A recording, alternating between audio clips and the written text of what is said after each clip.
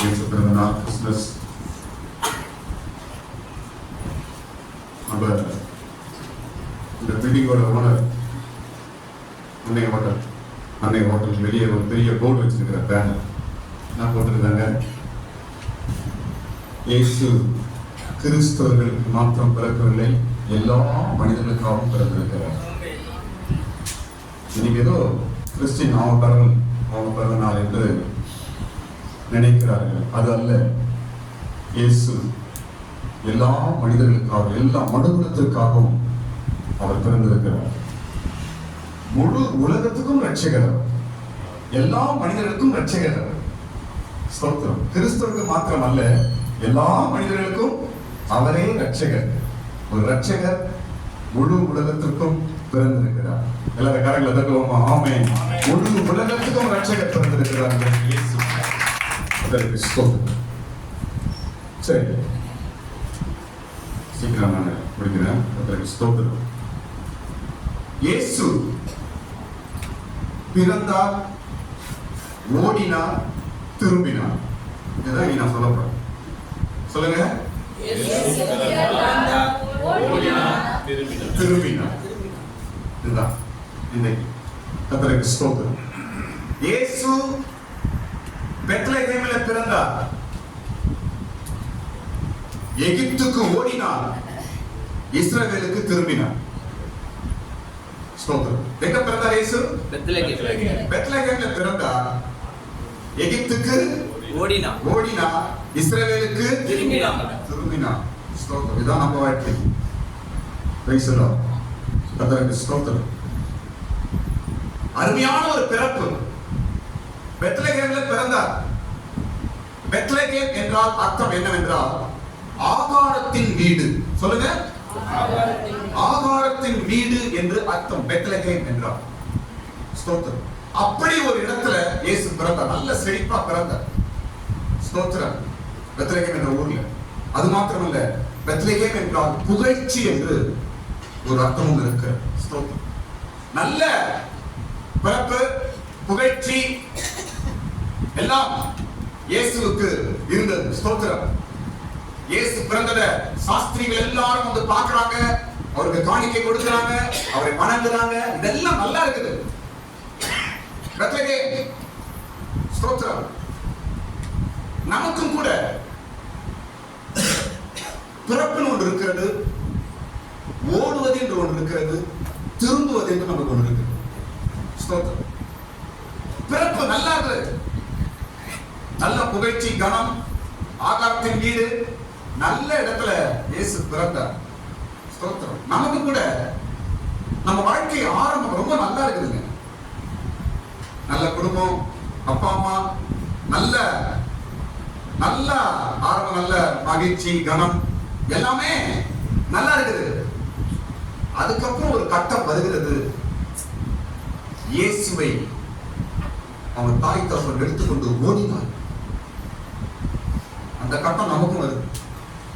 ஒரு காலகட்டம் வரும்போது நாமும் ஓட வேண்டும்.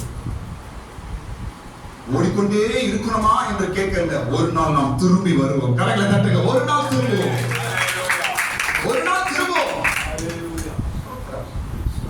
என் வாழ்க்கையில நான் ஓடிட்டே இருக்கிறேன். இன்னும் எவ்வளவு காலம் ஓடுறது? என் வாழ்க்கையெல்லாம் இப்படியே போயிடுமா? என் வாழ்க்கையெல்லாம் இப்படியே இருக்குமா? எனக்கு ஒரு மாற்றம் வராதா என்று இருட்டில் எண்ணிக்கொண்டிருக்கிறாயா? இயேசுவின் பிறந்த நாளிலே ஆண்டவரோடு பேசுகிறார். ஓடுறதுக்கு ஒரு காலம் என்றால் நான் திருப்பி கொண்டு வருவதற்கு ஒரு காலம் என்று ஆண்டவர் பேசுகிறார். ஆமென். இயேசு பெத்லகேமில் பிறந்தார், எகிப்துக்கு ஓடினார், இஸ்ரவேலுக்கு திரும்பினார். பெத்லகேம் நம்முடைய நல்ல சூழ்நிலை. எல்லாரும் கேட்ட ஒரு வார்த்தை சொல்றீங்க, ஒரு காலம் நல்லா இருந்தா பாஸ்டர் தான். எல்லாரும் சொல்றீங்க, ஒரு காலம் நல்ல குடும்பம் நல்லா இருந்துச்சு என் வீடு. இன்னைக்கு கொஞ்சம் கஷ்டத்துல இருக்கிற பாஸ்டர். இந்த கஷ்டம் எப்போ தீருமோ? இதேதான் இயேசுவின் வாழ்க்கையில் இருக்கும். பெத்லகேமில் பிறந்தார். ராஜா வீட்டுக்கு போனாங்க. சாஸ்திரிகள் கேள்விப்பட்டு வராங்க. பொன்னும் வெள்ளி எல்லாம் வருது, கனம் மகிமை எல்லாம் உண்டாவது இருக்குது. ஆனால் அடுத்த கட்டம் பெத்லகேமில் பிறந்து அடுத்த கட்டம் எகிப்துக்கு ஓடினான். சொல்லுங்க, எகிப்துக்கு ஓடினான். உங்க அப்பா அம்மா புள்ளைய தூக்கிட்டு ஓடுறாங்க. இது என்ன?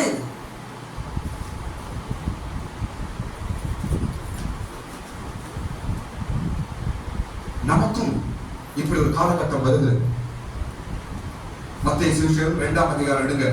அவங்க ஒரு வார்த்தை தேவதூதன் இயேசுவோட அப்பா ஜோசப் சொல்றார், என் தேவதூதன் நான் உனக்கு சொல்லும் வரைக்கும் அங்கேயே இரு என்று ஒரு வார்த்தையை சொல்றார். பாருங்க, 2ஆம் அதிகாரம் 13ஆம் வசனம் கடைசியில படிக்கணும். நான் உனக்கு சொல்லும் வரைக்கும் அங்கே இரு என்றான். எங்க இருக்கணுமா? எகிப்தில். அந்த வசனம் சொல்றேன். அவர்கள் போன பின்பு கர்த்தருடைய தூதன் சொப்பனத்திலே யோசேப்புக்கு காணப்பட்டு, ஏரோது பிள்ளையை கொலை செய்ய தேடுவான், ஆதலால் நீ எழுந்து பிள்ளையையும் அதன் தாயையும் கூட்டிக் கொண்டு எகிப்துக்கு ஓடி போய். எகிப்துக்கு ஓடு. பெத்லகேம் பிறந்தார். ஐயோ, ராஜா பிறந்திருக்கிறாரு என்று மன மகிமை எல்லாம் இயேசு கிடைக்குது. அவருக்கு காணிக்கை கொண்டு கொடுக்குறாங்க. சாஸ்திரிக தேடி வராங்க. ராஜா பிறந்திருக்கிறாரு ஐயோ என்று ஒரு பெரிய மகிழ்ச்சி கனம் உண்டாகும். அடுத்த கட்டம் ஓடுற கட்டம். பாருங்க, நம்ம வாழ்க்கையில எல்லாமே ஒரே மாதிரி இருக்காதுங்க. ஒவ்வொரு கட்டத்தையும் ஆண்டு மாற்றுகிறார். ஒரு காலம் நல்லா இருந்தோம், ஒரு காலம் நல்லா இருந்தோம், செழிப்பா இருந்த நல்லா இருந்தோம். இன்றைக்கு பாஸ்டர் இது ஒரு கட்டம். ஆனால் கடவுள் கூட இல்லை நினைக்காதீங்க. கர்த்தர் உங்களோடு இருக்கிறவர். இப்போ இயேசு குழந்தைய தூக்கிட்டு அவங்க அப்பா அம்மா ஓடுறாங்க. இப்போ எங்க ஓடுறாங்க? எகிப்துக்கு ஓடுறாங்க. அவங்க ஓடுறதுனால கடவுள் கூட இல்லைன்னு அர்த்தமா? எல்லாம் கவனிக்குமா? கடவுள் கூட இல்லைன்னு அர்த்தமா? என்ன சொன்னார் கடவுள்? எடுத்துக்கொண்டு குழந்தைய கொடுத்து நீ எகிப்துக்கு ஓடு, நான் சொல்லும் வரைக்கும் அங்கே அப்படின்னு அர்த்தம் இல்ல, நான் கூட இருப்பேன். இன்றைக்கு ஓடிக்கொண்டிருக்கிறார். கஷ்டம் கஷ்டம் பிரச்சனை, யாரும் உதவி இல்ல, என் சூழ்நிலை எப்படி இருக்கிறது, என் கஷ்டம் என் நிலைமை இப்படி இருக்கிறது, நான் ஓடிக்கொண்டிருக்கிறேன். கடவுளை கைவிட்டார் என்று நினைக்கிறாயா? இல்லவே இல்ல. கர்த்தர் சொல்ற ஒரே வார்த்தை என்ன தெரியுமா? எல்லாரும் கவனிங்க. இன்னைக்கு ஒரு வார்த்தை சொல்ற கடவுள் உங்களுக்கு, நான் சொல்லும் வரைக்கும் அங்கே இரு, நான் உன்னை திருப்பி கொண்டு வர வரைக்கும் அங்கே இரு. இயேசுவுக்கு தேவதூதன் சொன்ன வார்த்தை, நான் சொல்லும் வரைக்கும் அங்கே இரு. இன்னைக்கு ஓடிக்கொண்டிருக்கிற தேவ பிள்ளைகள், சிஸ்டர் பிரதர், சூழ்நிலையை கண்டு ஓடிக்கொண்டிருக்கிறீங்க, குடும்ப பிரச்சனை ஓடிக்கொண்டிருக்கிறீங்க, பல காரணத்தினால் ஓடிக்கொண்டிருக்கிறீங்க, கண்ணீர் வேதனை, இப்படியே காலம் போயிடாது. இன்னைக்கு ஆண்டு ஒரு பேச ஒரு வார்த்தை சொல்றார், நான் சொல்லும் வரைக்கும் நான் உனக்கு வச்சிருக்கிற இடத்துல இரு, நான் சொல்ற வரைக்கும் இரு. எங்க இருக்கணுமா? எகிப்து. சொல்லுங்கம்மா, எங்க இருக்கணுமா? எகிப்து. எகிப்துக்கும் இயேசுக்கும் சம்பந்தமே கிடையாதுங்க. எல்லாம் கவனிக்குமா, சீக்கிரம் முடியும். எகிப்துக்கும் இயேசுக்கும் இயேசுக்கு சம்பந்தம், பெத்லகேம் இஸ்ரவேலுக்கும் சம்பந்தம், எகிப்து சம்பந்தம் கிடையாது. சம்பந்தம் இல்லாத இடத்துல இயேசு கொண்டு போய் வைக்கிறார் கடவுள். எகிப்து என்ன நான் சொல்றேன், எகிப்துக்கும் இயேசுக்கும் சம்பந்தமே கிடையாது. சம்பந்தம் இல்லாத இடத்துல கொண்டு போய் வைக்கிறார். கிட்டத்தட்ட 2.5-3 வருஷம் எகிப்துல இருந்திருக்கிறார் இயேசு. அவங்க அப்பா அம்மா எல்லாம் எத்தனை வருஷமா இருந்திருக்காங்க? 2.5-3 வருஷம் வரைக்கும் இருந்திருக்கிறாங்க. ஸ்தோத்திரம். பெத்லகேமுக்கும் எகிப்துக்கும் கிட்டத்தட்ட 970 கிலோமீட்டர், சரி 680 கிலோமீட்டர், கிட்டத்தட்ட 12 மணி நேரம் போயிருக்காங்க.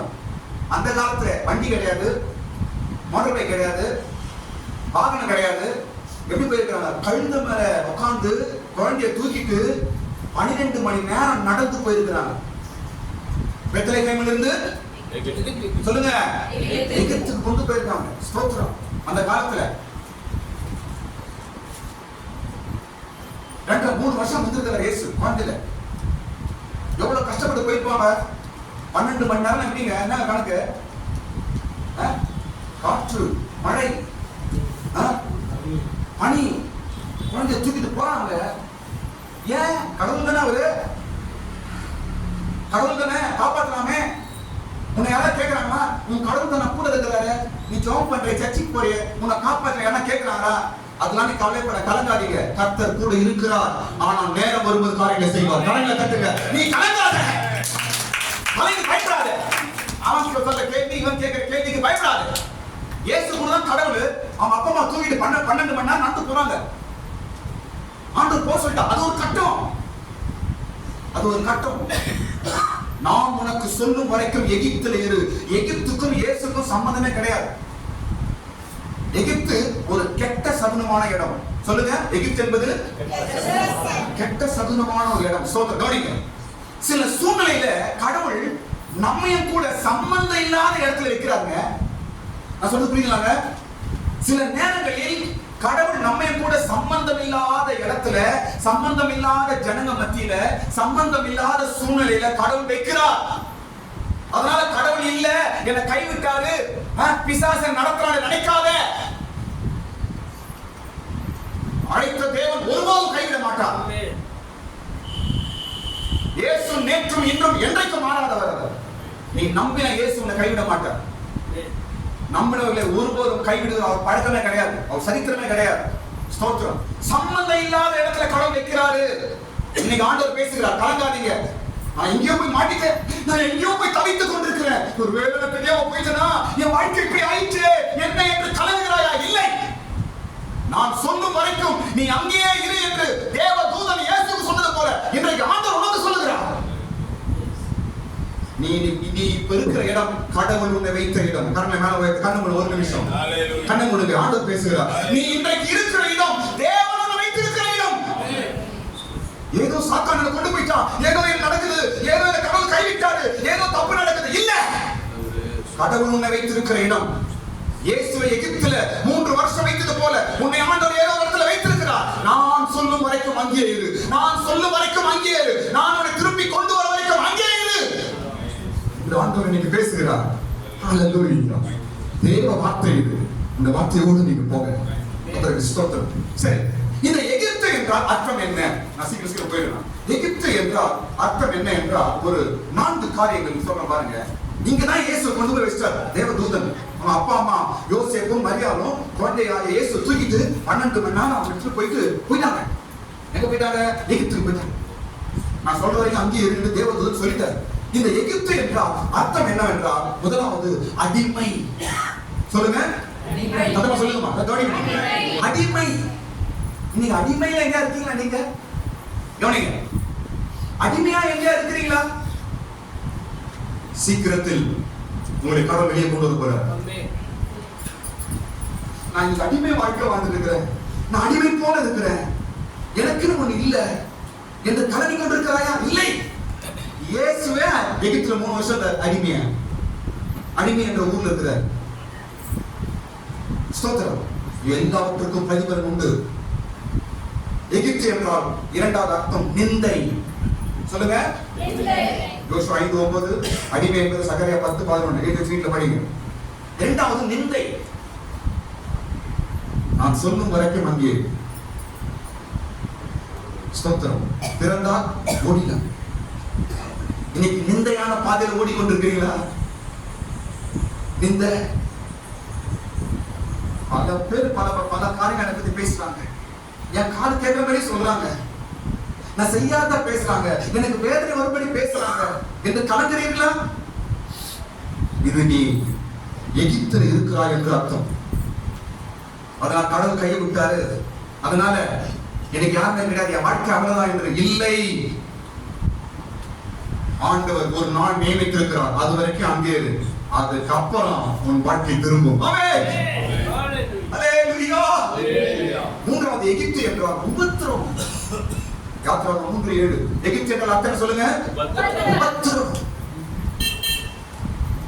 உபத்திரம். ஒருவேளை உபத்திரத்தில் இருக்கீங்களா? உபத்திரம்னா கஷ்டம். கஷ்டத்தில் இருக்கிறீங்களா? கலங்காதீங்க, கர்த்தர் உன்னோடு இருக்கிறார். அன்னைக்கு யோசேப்போட அப்பா கிட்ட தேவதூதன் பேசுவது போல இன்றைக்கு ஆண்டவர் பேசுகிறார். அதே தேவதூதன் பேசுகிறார். நான் சொல்லும் வரைக்கும் அங்கே இரு. அப்பா அம்மா பிள்ளையை கொண்டு போய் ஹாஸ்டல்ல சேர்க்கிறான். கவனிங்க, ஹாஸ்டல்ல சேர்க்கிறான்.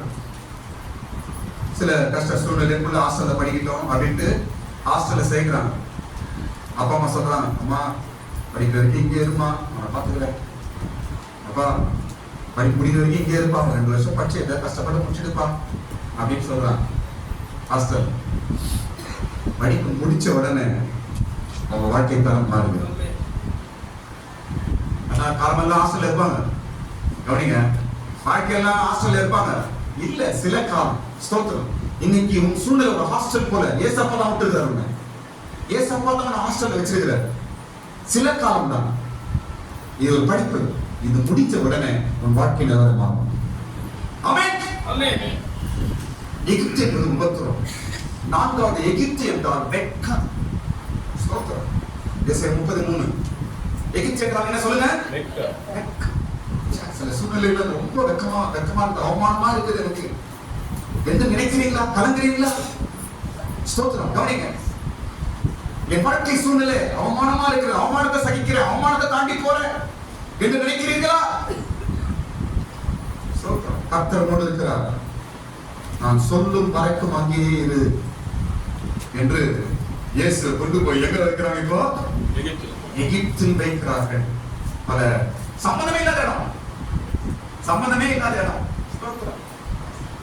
சம்பந்தமே இல்லாத ஆளுகிட்ட மாட்டி தவிக்கிறோம், சம்பந்தமே இல்லாத இடத்துல மாட்டி தவிக்கிறோம், சம்பந்தமே இல்லாத ஒரு ஜனத்தை மத்தியில் மாட்டி தவிக்கிறோம், சம்பந்தமே இல்லாத ஒரு கஷ்டம், சம்பந்தமே இல்லாத ஒரு வேதனை அப்படின்னு நினைக்கிறீங்களா? இது கடவுள் வைக்கிற சூழ்நிலை. கடவுளே இந்த சூழ்நிலை வைக்கிறார். ஆமென். கலங்காத. இயேசுக்கும் எகிப்துக்கும் சம்பந்தமே கிடையாது. ஆனாலும் கர்த்தர் அனுப்பினார். கொஞ்ச நாள் அங்க இரு.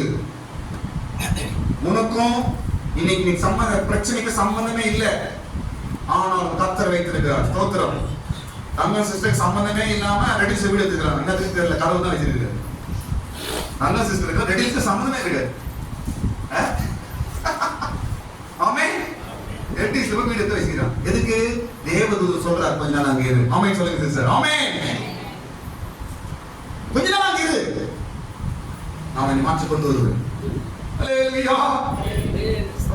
சரி, இப்போ ஏன் அந்த எகிப்துல போக சொல்றாரு? ஒரு 5 விஷயம் நான் சொல்லி முடியும். ஏன் எகிப்து போக சொன்னாரு தேவதூதன்? ஏன் சம்பந்தம் இல்லாத இடத்துல கொண்டு போய் இயேசு வைக்கிறாரு? ஏன் சம்பந்தமே இல்லாத இடத்துக்கு இந்த குழந்தையை தூக்கிட்டு அப்பா அம்மா ஓடுறாங்க? 12 மணி நேரம் ராம பகல் ஓடுறாங்க அந்த ஊருக்கு. ஏன்?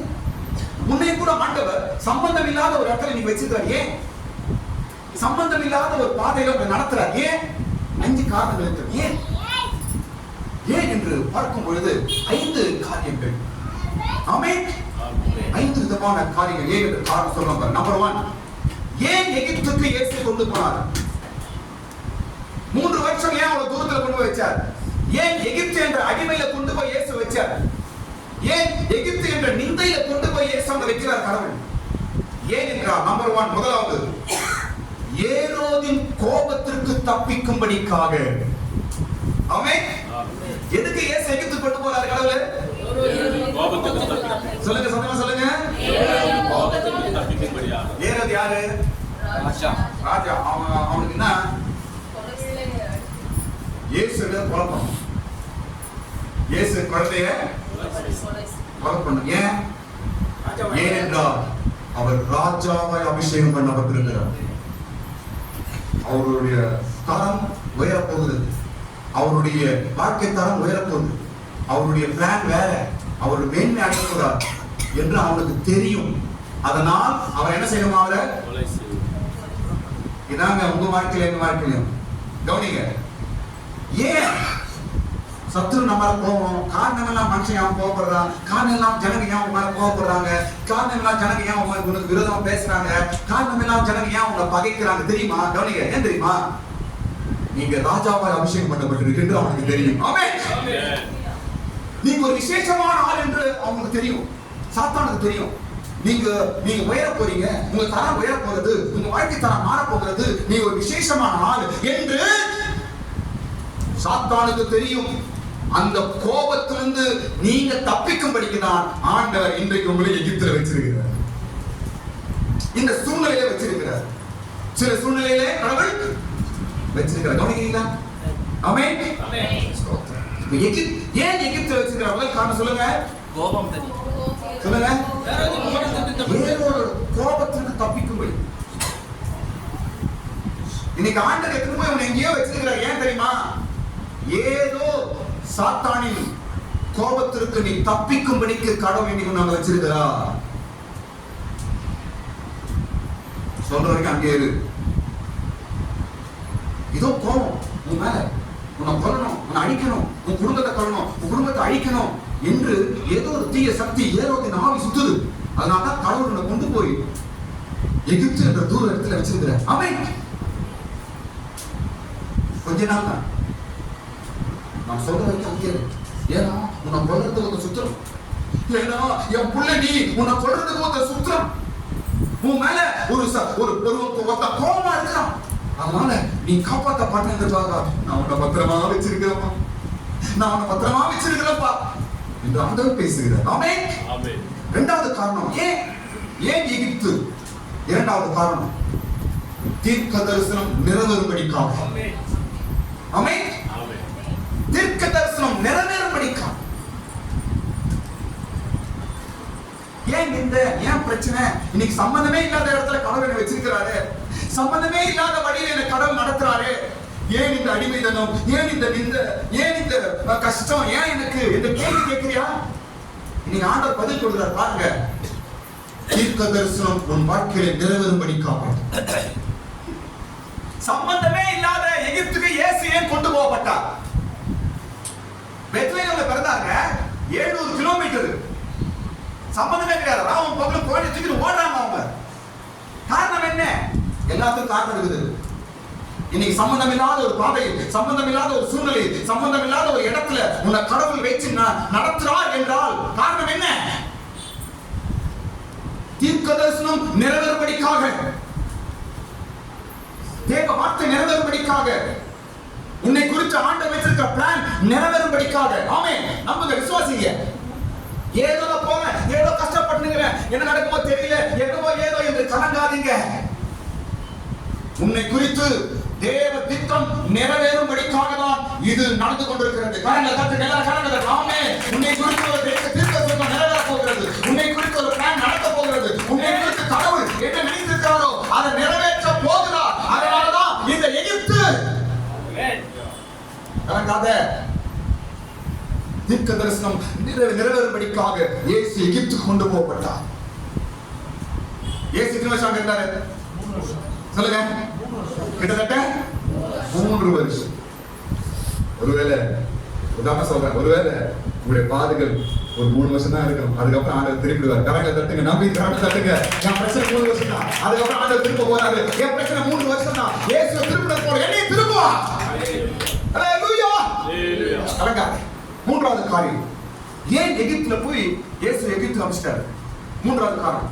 முதல் காரணம் என்ன சொன்னேன்? ஏரோதின் கோபத்திற்கு தப்பிக்கும்படிக்காக. இரண்டாவது காரணம் என்ன? தீர்க்க தரிசனம் நிறைவேறும்படிக்காக. மூன்றாவது காரணம் சொல்ற கவனிங்க. ஏன் எகிப்து சம்பந்தம் இல்லாத எகிப்துக்கு இயேசு கொண்டு போய் வச்சிட்டாங்க? அவங்க அப்பா அம்மா கவனிங்க, பிறந்தது எங்க மாட்டு தோட்டத்துல எங்க இடம் கட்சி பிறந்தாச்சு குழந்தை. ஆனா கை குழந்தை வச்சு எங்க ஒரு மூலையில மாட்டு கொட்டா மூலையில உட்காந்துக்கிறாங்க. அவங்கள போய் தூக்கு மூட்டை கட்டி தூக்கு ஓடுமா எப்படிங்க போயிருப்பாங்க? அவங்க அழுதுதான் போயிருப்பாங்க, கண்ணீரோட போயிருப்பாங்க. இதே தூக்கி நான் எங்க போல. இதே சூழ்நிலை தான் நமக்கும். கவனிங்க, இதே சூழ்நிலை தான் உனக்கு எனக்கும். ஆண்டவருக்கு தெரியும் நம்ம படுற கஷ்டம், நீங்க போற பாதை, ஒவ்வொரு நாளும் நீங்க எந்த கஷ்டத்துல போறீங்க, எப்படி அழுது கொண்டு போறீங்க, எப்படி போறீங்க என்று கடவுளுக்கு எல்லாம் தெரியும். அவங்க வேதனையோடு போனாங்க. அந்த வேதனையோடு தான் இன்னைக்கு நீ இருக்கிறார். ஆமென். உன் வேதனை சீக்கிரத்தில் நீங்கும். மூன்றாவது காரணம், ஏன் அந்த எகிப்து எதுக்கு தெரியுமா? அழுகையும் புலம்பலுக்கும் தப்பிக்கும்படிக்காக. சொல்லுங்க. அழுகைக்கும் புலம்பலுக்கும் தப்பும்படி எகிப்து அனுப்பிச்சார் கடவுள். ஏன்னா அந்த ஊர்ல அழுகையும் புலம்பலும் நடந்துச்சு. இயேசு தப்பிச்சார். அங்க போயிட்டார், எகிப்துக்கு போயிட்டார். அழுகையும் குழப்பமா இருந்துச்சாம். ஐயோ ஐயோ ஐயோ ஐயோ சாவு, ஐயோ மரணம் அப்படின்னு சொல்லி ஒரு குழப்பமா இருந்துச்சு அந்த ஊர்ல. அதுக்குதான் இயேசுவை கடவுள் எகிப்து அனுப்பிச்சார். அங்க போயிடு, இந்த அழுகை புலம்பலுக்கு நீ தப்பித்துக்கோ. ஆமென். ஏன் எனக்கு இது, எல்லாரும் நல்லா இருக்கிறாங்க, எனக்கு மாத்திரம் ஏன் இவ்வளவு கஷ்டம், எனக்கு மாத்திரம் ஏன் இந்த சூழ்நிலை, எனக்கு மாத்திரம் ஏன் இந்த நிலவரம் என்று கலங்கி கொண்டிருக்கிறீங்களா? பாருங்க, ஆண்டவர் சொல்றாரு, நீ ஏதோ நினைச்சு துக்கப்பட்டு கொண்டிருக்கிறாய். ஆனா ஆண்டோட திட்டம் என்னமா, அழுகைக்கும் புலம்பலுக்கும் உன்னை தப்புக்கும்படி ஆண்டவர் செய்து கொண்டிருக்கிறார். உலக ஜனங்கள் அழுது புலம்பிக் கொண்டிருப்பார்கள் பல சூழ்நிலை. ஆனால் நீ தப்பிக்கும்படிக்கு ஆண்டவர் உன்னை வேற பாதையில் அழைத்துக் கொண்டிருக்கிறார். சம்பந்தம் இல்லாத இடத்துல கொண்டு போறார், சம்பந்தம் இல்லாத இடத்துல நடத்துறார், சம்பந்தம் இல்லாத ஒரு பாதையில போய் கொண்டிருக்கிறார். காரணம் என்ன? அழுகையும் புலம்பலும் உன் வாழ்க்கையில வரக்கூடாது. என் பிள்ளை, நான் தெரிந்து கொண்ட பிள்ளை, என் திட்டம் உன் வாழ்க்கையில் இருக்கிறது. அதனால் நீ அழுகைக்கும் புலம்பலுக்கும் தப்பிக்க வேண்டும். அதனால் எகிப்து,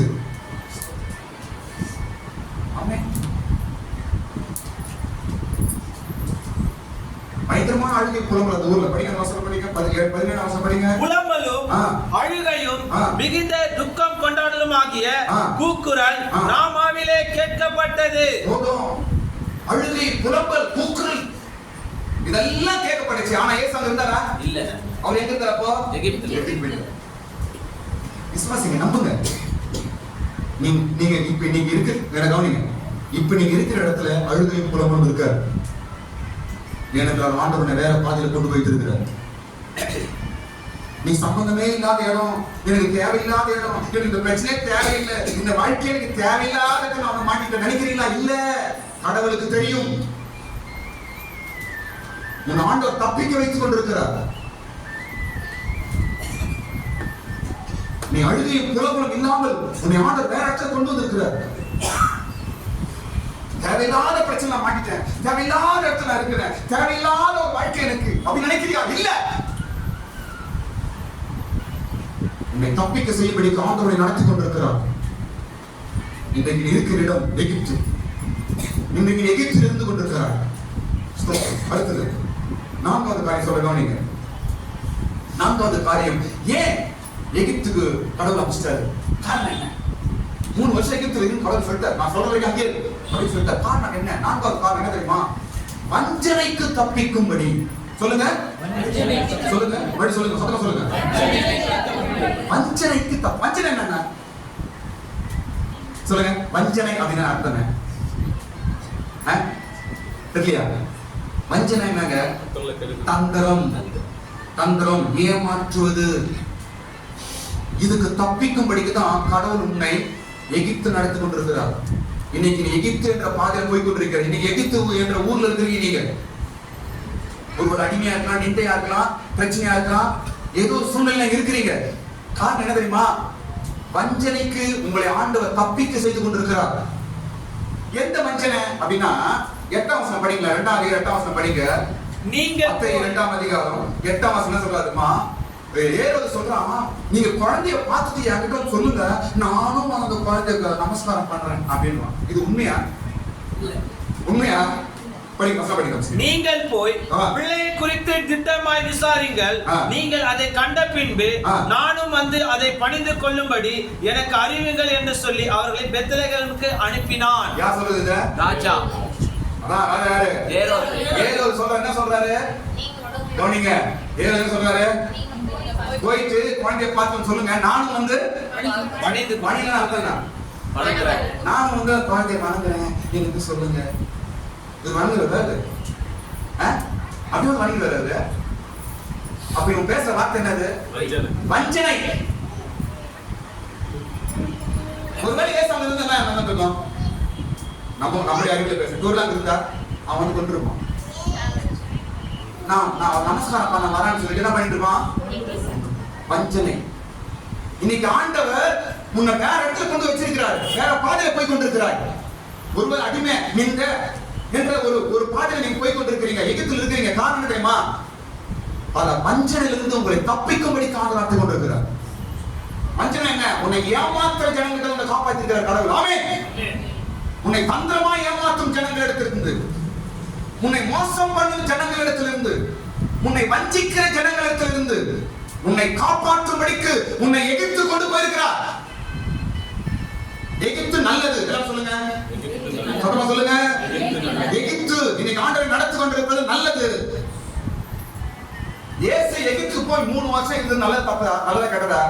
நல்லதுதான். சம்பந்தமே இல்லாத இடம் தான், ஆனா நல்லது. இன்னைக்கு சம்பந்தமே இல்லாத வேலை செஞ்சுக்கிறீங்களா? நல்லதுதான். என் படிப்புக்கு இந்த வேலை சரியில்லையே, நான் எப்படிப்பட்ட ஆளு, நான் எப்படி எனக்கு போய் இந்த வேலையை கொடுத்துருக்காங்க அப்படின்னு நினைக்கிறீங்களா? இல்ல, கடவுள் தான் வச்சிருக்கிறது. நான் படுற கஷ்டத்துக்கு சம்பளம் சரியில்லையே,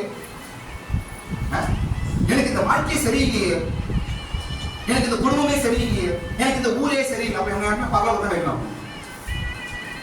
எல்லாம் சரியில்லை சரியில்லை. சரியில்லாத இடம் தான் தேவன் இருக்கிற இடம். ஆமென். எகிப்து சரி கிடையாது, கெட்ட ஊரு. ஆனா இயேசு கொண்டு போய் 3 வருஷம் அப்பா அம்மா வச்சுக்கிறாங்க.